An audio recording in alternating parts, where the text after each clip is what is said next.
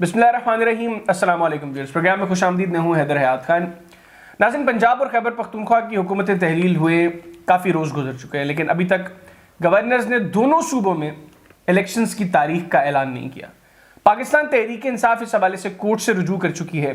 अब क्या इम्कानात हैं, कब तक इलेक्शंस एक्सपेक्ट कर रही है तहरीक इंसाफ और कितनी तैयारी है तहरीक इंसाफ की? क्योंकि मुस्लिम लीग नवाज़ ने मरीम नवाज शरीफ की लीडरशिप में बहावलपुर से तकरीबन कैंपेन का आगाज़ कर दिया, लेकिन हमें तहरीक इंसाफ मैदान में नज़र नहीं आ रही। दूसरी जानिब जो आजकल गिरफ्तारियां हो रही हैं तहरीक इंसाफ या तहरीक इंसाफ से एसोसिएटेड लोगों की जो गिरफ्तारियां हो रही हैं, इस पर पाकिस्तान तहरीक इंसाफ का क्या रद्द अमल है? प्रोग्राम में इसको डिस्कस करेंगे। शाह महमूद कुरैशी साहब, वाइस चेयरमैन पाकिस्तान तहरीक इंसाफ, हमारे साथ टेलीफोन पर मौजूद हैं। शाह साहब, बहुत शुक्रिया आपके वक्त का। शाह साहब, सबसे पहले तो अब चूंकि इलेक्शंस बड़ा हॉट टॉपिक है, आपको कब तक इलेक्शंस की तारीख मिलती दिखाई दे रही है? देखिए, ये कड़ा इम्तहान है। ये कड़ा इम्तहान है इलेक्शन कमीशन का और ये कड़ा इम्तहान है हमारी अदलिया का। हमने दोनों पिटिशंस, पंजाब की भी हमने लाहौर हाई कोर्ट में दाखिल की है और कल इंशाल्लाह फुल कोर्ट हमारी पिटिशन सुनेगा और अपनी राय कायम करेगा। हम उम्मीद करते हैं वो आइन का तहफ़्फ़ुज़ करेंगे। इसी तरह पेशावर हाई कोर्ट पे भी हमने पिटिशन डाली है, क्योंकि गवर्नर इन्होंने असेंबली की तहलील की एडवाइस को इंडोर्स किया और असेंबलियाँ तहलील हो गई। आज वो तारीख, उनकी जो आईनी जिम्मेदारी है उसको निभाने से वो कतरा रहे हैं, तो वो उम्मीद करते हैं हम कि पेशावर हाई कोर्ट भी इस पे क्लियर फैसला लेगी। अब आइन बड़ा वाज़ेह है, 90 दिन के अंदर अंदर इंतखाबात होने हैं। पीडीएम की गवर्नमेंट इंतखाबात से फरार चाहती है और वो हीले बहाने ढूंढ रही है कि किस तरह इंतखाबात से बचा जाए। आइन में ऐसी गुंजाइश नहीं है। अगर ऐसा करते हैं ये आइन शिकनी होगी और वो जो अलंबरदार ठहरे थे आइन के, उनकी असलियत, मैं पूछता हूं, पीपल्स पार्टी जो आए दिन बात करती थी आइन के तहफ़्फ़ुज़ की, नून लीग जो आइन का सहारा और आइन के हवाले दिया करती थी, आज आइन शिकनी में वो हिस्सेदार क्यों हो रहे हैं? शाह साहब, ये भी बताइएगा, आजकल हम देख रहे हैं कि गिरफ्तारियों का सीजन एक मरतबा दोबारा शुरू हो गया है। अभी ये जो गिरफ्तारियां हो रही हैं, आपके ख्याल में ये खालिस्तान हुकूमत है इन गिरफ्तारियों के पीछे, या आपके ख्याल में कोई और हाथ भी है इन गिरफ्तारियों के पीछे? जिम्मेदारी तो जो पीडीएम की गवर्नमेंट है उस पर आती है, क्योंकि बज़ाहिर वो कहते हैं हम खुद मुख्तार हैं, हम वज़ीर आज़म हैं, हमारा कंप्लीट कंट्रोल है और इदारे हमारे ताबे हैं, तो फिर इन्हें जिम्मेदारी भी कबूल करनी होगी। अब ये क्या कर रहे हैं? एक मैसेजिंग है, ये गिरफ्तारियां एक मैसेज है तहरीक इंसाफ की क़यादत को, तहरीक इंसाफ के कारकुनों को, तहरीक इंसाफ की लीडरशिप को, कि हम इसको दबाव में लेकर आए, नफ्सियाती दबाव में लेकर आए, सियासी दबाव में लेकर आए और ये घबरा जाए। लेकिन ऐसा नहीं होगा। आप देख रहे हैं जितनी गिरफ्तारियां हुई हैं या हो रही हैं, इससे इनकी साख मुतासर हो रही है, इनका खोखलापन जो है वो जाहिर हो रहा है और लगता ये है कि ये आवाम का सामना करने से कतरा रहे हैं। क्यों ना कतराए? 8 माह 9 माह की जो उनकी कारकर्दगी है वो मुंह बोलता सबूत है और ये खौफ जो है, आवाम के सामने जाने का खौफ जो है, इनको डरा रहा है। महंगाई जो है आसमान को छू रही है। आज कैफियत ये देखें अभी भाई, आज कैफियत ये है कि IMF जो इनसे मुज़ाकरात करने आया है वो कह रहा है हम आपके साथ कोई मुआहदा नहीं करेंगे जब तक कि मुल्क की मेन ऑपोजिशन जमात, इस वक्त हम ही है ना, बाकी तो सब हुकूमत में है, वो अपनी आमादगी इस मुआहदे का इजहार नहीं करे। हमसे आमादगी लेना चाहते हैं। ये जो आवाम का जो कचूमर निकल गया है और मजीद जो बोझ डालना चाहते हैं, ये हमसे मोहर लगवाना चाहते हैं। और फिर माहौल क्या है? एक तरफ झूठे पर्चे हैं, गिरफ्तारियां हैं, इस विक्टिमाइजेशन के माहौल में ये क्या चाहते हैं? तो शाह साहब, आपसे हुकूमत ने इस हवाले से राब्ता किया है कि IMF ये तकाजा कर रही है आए बैठे हमारे साथ? नहीं, फॉर्मली तो मेरी इत्तला के मुताबिक अभी राब्ता नहीं है, लेकिन शुनीद ये है कि IMF का जो वफद है वो उनसे मुतमईन दिखाई नहीं दे रहा। देखिए, मिफ्ता इस्माइल ने एक बात की, डार साहब ने आके उसको उलट दिया اور کہا کہ نہیں مفتاح کی تو پلاننگ سی نہیں تھی، میں آنکھوں میں آنکھیں ڈال کے بات کروں گا، میں یہ کروں گا، میں ڈالر کو نیچے لے آؤں گا، اور جب ڈار صاحب آئے اور کچھ دنوں کے لیے ڈالر نیچے آیا تو ایک بڑا ایک کیپشن بنا کہ ڈالر ڈار سے ڈر گیا. لیکن آج ڈالر کہاں کھڑا ہے؟ آپ دیکھ رہے ہیں ایک نئی بلندی کو چھو رہا ہے. اور پھر آپ نے دیکھا 35 روپے پیٹرول، 35 روپے ڈیزل، 18 روپے کیروسین آئل جو بڑھایا ہے، اور اب بجلی کے جو ریٹ بڑھانا جا رہے ہیں، گیس کی جو نئی قیمت لاگو کرنے جا رہے ہیں. گیس تو ہے نہیں، چولہے ٹھنڈے ہیں. بجلی کی جتنی آج سردیوں کے مہینوں میں لوڈ شیڈنگ ہے، یہ تو کبھی گرمیوں میں ہوا کرتی تھی، جو آج ہم سردیوں میں لوڈ شیڈنگ دیکھ رہے ہیں. اور پھر آ رہا ہے ایک شنید ہے، ایک نئے منی بجٹ کی تیاری ہو رہی ہے جس میں 500 سے 700 ارب کے نئے ٹیکس لگانے کی بات ہو رہی ہے. لوگ سانس نہیں لے سکتے، لوگ آٹا نہیں لے پا رہے، اور یہ نئے ٹیکسوں کا بوجھ ڈال رہے ہیں. کسان کو کھاد نہیں مل رہی، شہری کو آٹا نہیں مل رہا. کیا کر رہے ہیں یہ؟ شاہ صاحب یہ بھی بتائیے گا، آپ لوگ الیکشنز کا مطالبہ تو کر رہے ہیں لیکن آپ کیمپین موڈ میں ہمیں دکھائی نہیں دے رہے، جبکہ آپ کے مخالفین وہ بہاولپور سے تقریباً کیمپین کا آغاز کر چکے ہیں. ایک تو پاکستان تحریک انصاف کب سے الیکشن کیمپین کا باقاعدہ آغاز کرے گی؟ دوسرا یہ بھی بتا دیں کیا آپ بذات خود صوبائی اسمبلی کے انتخابات میں حصہ لیں گے؟ پہلی بات تو یہ ہے کہ آپ دیکھ لیں، آپ نے کہا نا ہماری مخالف پارٹی الیکشن موڈ میں ہے. آئیے ذرا ایک نظر ڈال لیں لاہور کے استقبال پر. اگر لاہور کا استقبال جو مریم بی بی کا ہوا ہے، اگر یہی استقبال ہے تو اس سے انہیں ایک اندازہ ہو جانا چاہیے کہ عوام میں آج نون لیگ کہاں کھڑی ہے.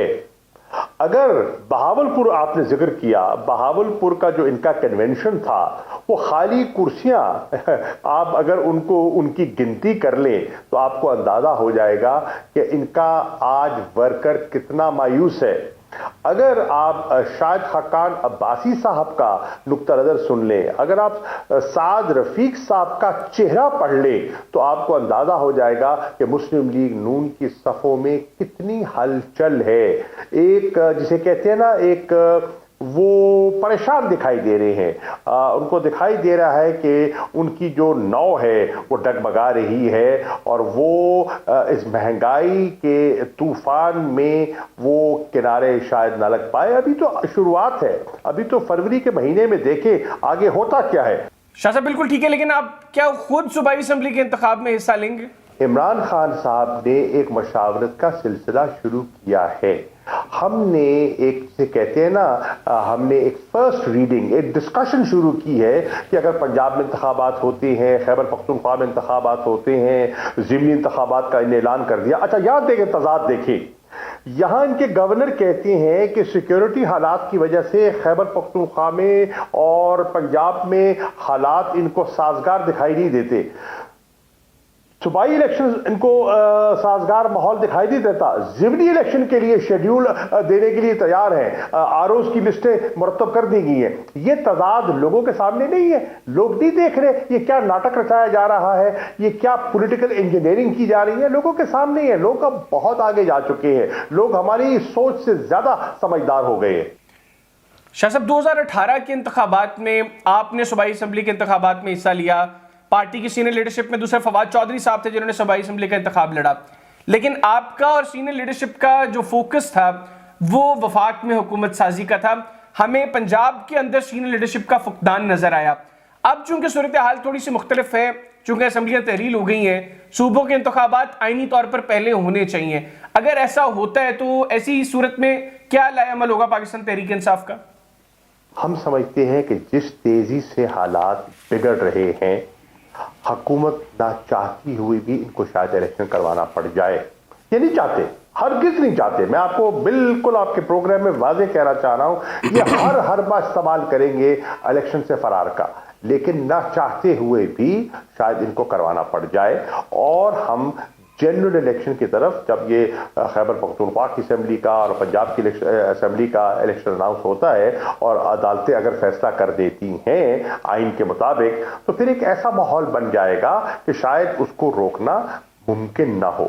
ایک نمبر 2، فرض کریں یہ نہیں کرواتے اور کوئی نہ کوئی ہیلا بہانہ ڈھونڈتے ہیں، لیکن آئین کے مطابق ان دو صوبوں میں الیکشن ہو جاتے ہیں، تو پھر पार्टी जो है वो फैसला करेगी कि हमने जनरल इलेक्शन के लिए क्या हिकमत अमली अपनानी है, हमने ये जो दोनों पंजाब की और खैबर पख्तूनख्वा की असेंबलियां हैं इसके लिए क्या हिकमत अमली अपनानी है।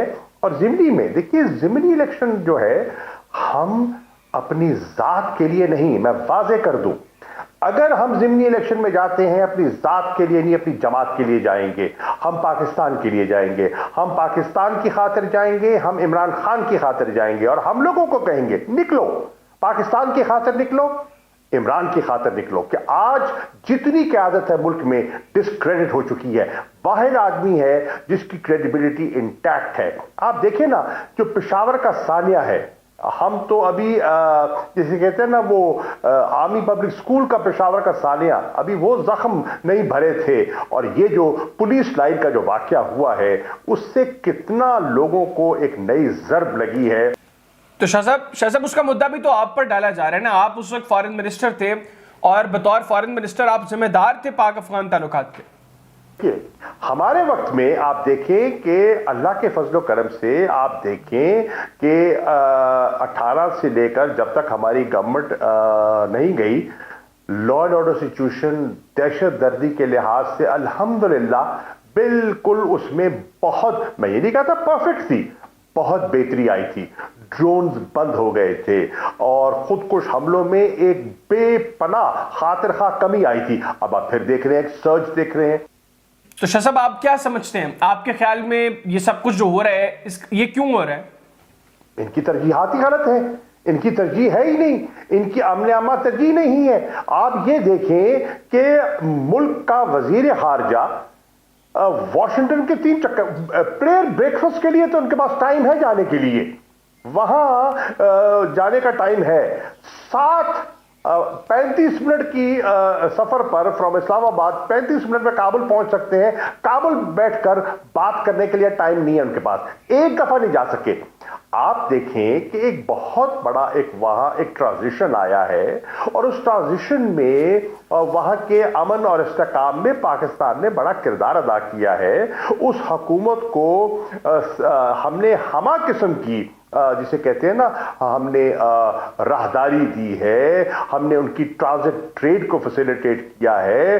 कोरोना के मामला जब आए तब हमने उनके लिए गुंजाइश पैदा की, बॉर्डर्स दुनिया ने सील कर दिए, हमने आमदोरफ्त जारी रखी, हमने मेडिकल ट्रीटमेंट्स जारी रखी, हमने उनकी तालीम का सिलसिला जारी रखा, हमने ट्रेड का सिलसिला जारी रखा, हमने सेंट्रल एशियन रिपब्लिक्स के साथ मिलके एक नया हमने एक फोरम तश्कील दिया ताकि जितने खित्ते के ममालिक हैं वो मिल बैठ कर अफगानिस्तान के अमन और इस्तेहकाम के लिए सर जोड़े। शाह साहब, आपने उस वक्त अफगान तालिबान के साथ जो मुज़ाकरात किए, उन मुज़ाकरात का नतीजा ये निकाला जा रहा है कि आपने इजाज़त दी कलअदम TTP को मुल्क में वापस आने की, इसलिए आप लोगों पर जिम्मेदारी डाली जा रही है। देखिए, हमने अफगानिस्तान से ये ख्वाहिश की और कोशिश की कि हमारा और आपका अमन एक दूसरे से जुड़ा हुआ है। अगर आपका अमन बिगड़ता है तो उसके असरात हम पर आते हैं, अगर यहां दहशत गर्दी होती है तो उसका असर आप पे भी लाजमन पड़ेगा। तो हमें एक दूसरे से ताउन करना है, हमने मिल बैठकर मुकाबला करना है, हमने दहशत गर्दी की बेखकनी करनी है। अगर आपको अफगानिस्तान में दाइश का चैलेंज है, ISIS का चैलेंज है, तो हमें देखना है, अल-कायदा का चैलेंज है तो हमने देखना है कि हमने किस तरह आपकी मदद हम कर सकते हैं। अगर पाकिस्तान के अंदर आपकी तरफ से लोग आकर, TTP के लोग या और लोग आकर जो हमारे यहाँ कार्रवाइयाँ करते हैं और आपने हमसे एक अंडरस्टैंडिंग की है कि आप अपनी सरजमीन को पाकिस्तान के खिलाफ इस्तेमाल नहीं होने देंगे, तो उस वादे को आपने इफा करना है। अब इस बात को आगे बढ़ाना था ना। फिर अगर कोई लोग गए हुए हैं, पाकिस्तान के लोग गए हुए हैं, वहां गए हुए हैं और वो अमन के साथ आना चाहते हैं, हथियार फेंकना चाहते हैं, अमन की जिंदगी गुजारना चाहते हैं, उनके लिए हम एक रिहेबिलिटेशन प्लान जो है उसके लिए मुरतब करने की जरूरत थी। आप देखते हैं कि हमेशा लड़ाई के बाद جو معاملات معمول پر لائے جاتے ہیں تو اس کے لیے ایک بندوبست کیا جاتا ہے. ہم نے کیا کیا؟ ہم نے وہ ایریا جو بالکل ایک وقت میں ممنوع تھا ہم نے اس کو امالگمیٹ کیا. ہم نے خیبر پختونخوا میں اس کو ضم کیا. ہم نے وہاں انتخابات کروائے, وہاں ہم نے ڈیولپمنٹ پلان کیا. یہ تو اپنا حصہ دینے سے کترا گئے. جو سندھ کی گورنمنٹ ہے اور جو گورنمنٹ تھی وہ تو وہاں کے خیبر پختونخوا کے پشتونوں کے ساتھ جو ظلم ہوتا رہا ہے, جو 20 سال انہوں نے 30 سال جو ایک کہتے ہیں نا قیامت ان پہ برپا رہی ہے اور ان کی معصوم بچوں کی جانیں جاتی رہی ہیں, بوڑھوں کی, بزرگوں کی, خواتین کا جو ان کو نقل مکانی کرنا پڑا. ہمیں ان سے ہمدردی ہے. وہ ہمارے ہیں, پختون بھی ہمارے ہیں, ہمارا اور ان کا ہمارا ہم ایک ہیں. ہم ایک خدا کے ماننے والے ہیں. ملاکنڈ میں نقصان دیکھ سنیے, ملاکنڈ میں اگر جانیں جاتی ہیں تو ٹھیک کہتے ہیں مراد سعید, ٹھیک کہتے ہیں اگر ملاکنڈ میں آگ لگے گی تو اس کی تپش لاہور میں محسوس ہوگی. اور مجھے خوشی ہے کہ 4 تاریخ کو لاہور کے شہریوں نے اظہار یکجہتی کا فیصلہ کیا ہے اور ہم سب شہری مل کر 4 تاریخ کو 4 بجے لبرٹی چوک میں اظہار یکجہتی کریں گے. سیاست نہیں کریں گے, یکجہتی کریں گے. شاہ محمود قریشی صاحب, وائس چیئرمین پاکستان تحریک انصاف ہمارے ساتھ موجود ہیں. شاہ صاحب بہت شکریہ ایک مرتبہ پھر آپ کا. شاہ صاحب یہ بتائیے گا, عمران خان صاحب بار بار اپنی سیکیورٹی کے حوالے سے خدشات کا اظہار کر رہے ہیں اور بڑے سنگین نوعیت کے الزامات ہیں جو انہوں نے آصف علی زرداری صاحب پر لگائے. پاکستان پیپلز پارٹی بھی یہ تقاضا کر رہی ہے کہ ان تحقیقات پر ان خدشات کے اوپر تحقیقات ہونی چاہیے. آپ بتا سکتے ہیں کہ خان صاحب کو اطلاع کس نے دی اس حوالے سے؟ دیکھیے, خان صاحب کو بلا وجہ کسی پہ تہمت لگانے کی ضرورت تو نہیں ہے اور نہ ہی یہ ہمارا مشغلہ ہے. دیکھیے, انہیں کوئی خدشات ہیں تو انہوں نے بات کی ہے نا.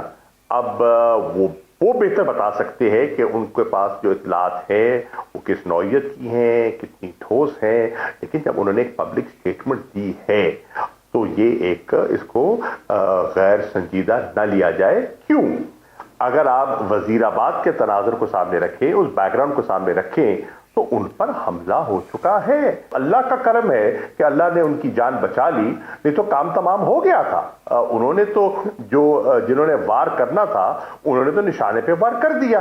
وہ تو اللہ کی رحمت تھی کہ ان کے وہ کامیاب نہ ہو سکے. شاہ صاحب یہ بھی بتائیے گا کہ پاکستان تحریک انصاف کہیں نہ کہیں ان خدشات کا اظہار کر رہی ہے کہ عمران خان صاحب کو ڈسکوالیفائی کر دیا جائے گا. مسلم لیگ نواز کی بھی بہت سے لوگ یہ سمجھتے ہیں کہ عمران خان صاحب کو ڈسکوالیفائی کر دینا چاہیے اور اگر ایسا ہوتا ہے تو ہی ان کو لیول پلینگ فیلڈ ملے گی انتخابات کے اندر. ابھی یہ جو خان صاحب کے خلاف کیسز ہیں, تینوں ایسے کیسز ہیں. اب توشہ خانہ کیس ہو گیا, وہ جو بچی کا کیس ہے وہ ہو گیا, یا فارن فنڈنگ کا جو کیس ہے, یہ تینوں کیسز وہ ہیں جس میں الٹیمیٹلی خان صاحب کو نااہل کیا جا سکتا ہے. آپ کو لگتا ہے کہ آنے والے دنوں میں یہ چیز ممکنات میں ہے کہ خان صاحب کو نااہل کر دیا جائے؟ دیکھیے, پہلی بات تو یہ ہے کہ نواز شریف صاحب کو نااہل یا ان کو سزا عمران خان نے نہیں دی, تحریک انصاف نے نہیں دی. سب سے بڑی ملک کی عدالت نے فیصلہ سنایا اور انہوں نے ایک دن میں نہیں سنایا. بڑی طویل بحث کے بعد, شواہد دیکھنے کے بعد اس نتیجے پہ پہنچے اور انہوں نے اپنا فیصلہ سنا دیا. ٹھیک, اب اس کا الزام خان پہ لگانا, عمران پہ لگانا مناسب نہیں ہے. ہاں, اس کے بہانے میں اگر وہ چاہتے ہیں کہ ان کے جو کیسز ہیں, اور بالکل مارکیٹ میں چیز گردش کر رہی ہے کہ بہت سے لوگ اب چاہتے ہیں کہ ان کی جو ہے بحالی ہو جائے اور وہ سزا معاف ہو جائے, اور اس کی آڑ میں بہت سے لوگ ہیں جو وہ فائدہ اٹھانا چاہتے ہیں, وہ اور چیز ہے, وقت بتائے گا. لیکن اس میں کوئی شک نہیں کہ ان کی حد الوسع کوشش ہے کہ عمران خان کا سیاسی مقابلہ نہیں کر سکتے تو -1 کیا جائے. لیکن تاریخ سے ہمیں سبق سیکھنا چاہیے کہ -1 کے فارمولے پہلے کامیاب نہیں ہوئے. جب بینظیر بھٹو کو -1 کرنے کی کوشش کی تو آپ نے دیکھا کہ اس وقت کی جو اسٹیبلشمنٹ تھی انہیں کامیابی نہیں ہوئی. جب نواز شریف صاحب کو -1 کرنے کی کوشش کی تو اس کے باوجود وہ ملک سے باہر چلے گئے. किस तरह गए, किस अंडरस्टैंडिंग के साथ गए, वो क्या गिव एंड टेक थी, वो तो एक और दास्तान है, एक और कहानी है, वक्त नहीं इसमें जाने का। लेकिन गए, जिस तरह वो केस बनाया गया, प्लेटलेट्स का जिक्र आपके सामने आया, पूरा एक माहौल बनाया गया कि जिंदगी को खतरा है और वो उनका बाहर जाना अशद जरूरी है, वो चले गए। लेकिन जमात उनकी रही, वो मौजूद थी और मौजूद है, आज भी मौजूद है। इसी तरह इनका ख्याल है कि इमरान खान को वो माइनस कर देंगे। इमरान खान एक सियासी हकीकत बन चुके हैं। इमरान खान का बयानिया लोगों के जहनों में उतर चुका है, लोगों के दिलों में बैठ चुका है, उसको माइनस नहीं किया जा सकता। तारीख से सबक सीखिए। तो शाह साहब, इस हवाले से पार्टी ने अब क्या प्लान किया है? अगर इमरान खान साहब को डिस्क्वालीफाई किया जाता है तो who will lead Pakistan Tehreek Insaf? देखिए, पहली बात तो यह है कि इमरान खान सब चीज़ों पे नज़र रखे हुए हैं। क्या उनके इल्म में नहीं है कि क्या मंसूबाबंदी की जा रही है? क्या उनके इल्म में नहीं है कि किस किस्म के केसेस बनाए जा रहे हैं और उन केसेस की सिमत क्या है, उनके मकासद क्या है? यकीनन उनके ज़हन में है और उन्होंने इस पर सोच विचार और कॉन्टम्पलेट किया होगा। क्या उनके इल्म में नहीं है कि उनको गिरफ्तार किया जा सकता है और अगर गिरफ्तारी करते हैं तो उसके असरात क्या पड़ेंगे? क्या उनके इल्म में नहीं है कि किस तरह पार्टी को दबाव में डाला गया? आपके इल्म में नहीं है, मेरे इल्म में तो है, आपकी यकीनन इल्म में होगा कि किस तरह हमारा जो एतमाद का वोट था पंजाब असेंबली में, वो उसको रोकने के लिए 186 का जो मैजिक नंबर है उसके हसूल में क्या कुछ नहीं किया गया। यहाँ देरे डाले गए, यहाँ बोलियां लगाई गई, यहाँ लोगों से राब्ते किए गए और जो कुछ तो शरीद होती रही, टेलीफोन कॉल्स आती रही, जाते रहे, लोगों से मुलाकातें होती रही। ये किससे पोशीदा है? सबके सामने है ना, ये चीजें, ये सबके सामने है। उसके बावजूद अल्लाह ताला ने हमें सुरखरू कर दिया। आज आप देखें कि जो इंतकामी कार्रवाइयाँ हो रही हैं, क्या आपका ख्याल है इससे हुकूमत की साख में इजाफा हो रहा है? बिल्कुल ठीक। शाह साहब, आखिर में ये बताइएगा कि आपको अपने इर्द गिर्द कहीं से न्यूट्रलिटी के कोई आसार दिखाई दे रहे हैं? मुझे ये बताइए, न्यूट्रलिटी अगर आप इसको समझते हैं, अगर ये न्यूट्रलिटी है तो फिर गुलशन का खुदा हाफिज। बिल्कुल ठीक, बहुत शुक्रिया शाह महमूद कुरैशी साहब, वाइस चेयरमैन पाकिस्तान तहरीक इंसाफ, साबिक वज़ीर ख़ारजा हमारे साथ टेलीफोन लाइन पर मौजूद थे। उनकी गुफ्तगू आपने सुनी।